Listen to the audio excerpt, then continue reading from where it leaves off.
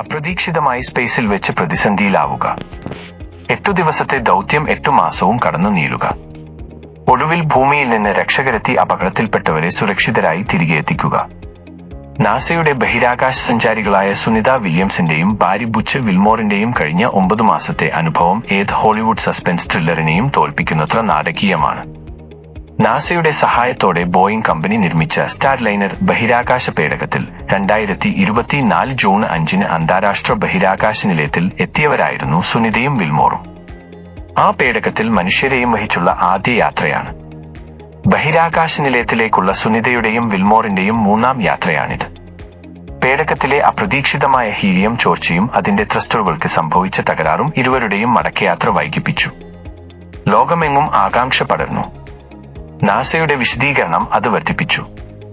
അത്തരം ആകാംക്ഷകൾക്ക് പരിസമാപ്തി കുറിച്ചുകൊണ്ടാണ് ഇപ്പോൾ ഇരുവരുടെയും തിരിച്ചുവരവ്.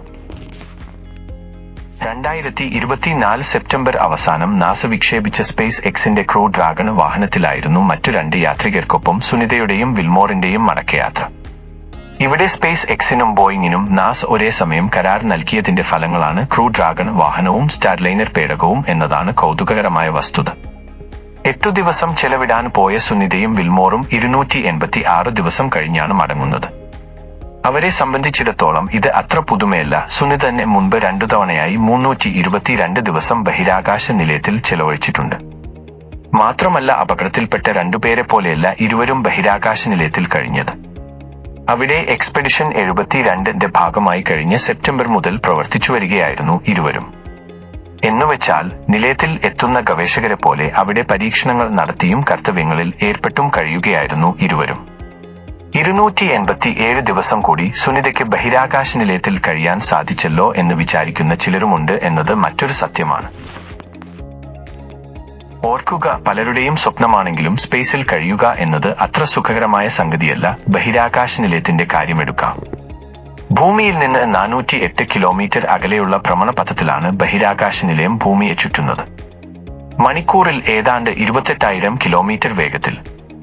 ഒരു വെടിയുണ്ടയുടെ ശരാശരി വേഗം മണിക്കൂറിൽ 3000 കിലോമീറ്റർ മാത്രമാണ് എന്നറിയുമ്പോഴാണ് ബഹിരാകാശ നിലയത്തിന്റെ സഞ്ചാരം നമ്മളെ സ്തംഭിപ്പിക്കുക.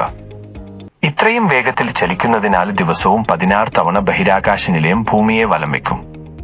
എന്നുവെച്ചാൽ ഭൂമിയിൽ ദിവസം ഒരു സൂര്യോദയവും അസ്തമയവും കാണുമ്പോൾ ബഹിരാകാശ നിലയത്തിൽ അത് 16 തവണ ദൃശ്യമാകും. മനുഷ്യരുടെ ശരീരത്തിൽ ഒരു ജൈവ ഘടികാരമുണ്ട്.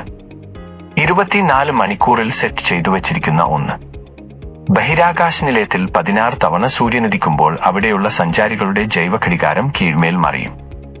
പരിശീലനം ലഭിച്ചിട്ടുള്ളതിനാൽ സഞ്ചാരികൾക്ക് ഒരുവിധം അതിനോട് പിടിച്ചു നിൽക്കാൻ പറ്റും. അതുപോലെ തന്നെ നമുക്കിവിടെ നിസ്സാരമെന്ന് തോന്നുന്ന പല സംഗതികളും ബഹിരാകാശത്ത് അതിസങ്കീർണമാണ്. മൈക്രോഗ്രാവിറ്റി സിറ്റുവേഷൻ ആണ് ബഹിരാകാശ നിലയത്തിലുള്ളത്. തീരെ ഗുരുത്വാകർഷണം കുറഞ്ഞ അവസ്ഥ. ഭൂമിയിലേതുപോലെ നടക്കാനോ സഞ്ചരിക്കാനോ ആവില്ല, ഒഴുകി നടക്കാനേ പറ്റൂ. അത്തരം ഒരവസ്ഥയിൽ ദൈനംദിന കൃത്യങ്ങൾ പോലും എത്ര സങ്കീർണമായി മാറും എന്നോർക്കുക. സുനിതയെപ്പോലെയുള്ളവർ എന്തിന് ഇത്രയും ത്യാഗം സഹിച്ച് ഇത്തരം അവസ്ഥകളിൽ കഴിയണം എന്ന് ചോദിക്കുന്നവരുണ്ട്. യഥാർത്ഥത്തിൽ അവരുടെ ത്യാഗവും സമർപ്പണവും ഭാവി തലമുറകൾക്കുള്ള മുതൽക്കൂട്ടാണ്. ബഹിരാകാശ നിലയത്തിൽ കഴിയുമ്പോൾ സുനിതയെപ്പോലുള്ളവരുടെ ശരീരം പോലും പരീക്ഷണ വസ്തുവാണ്.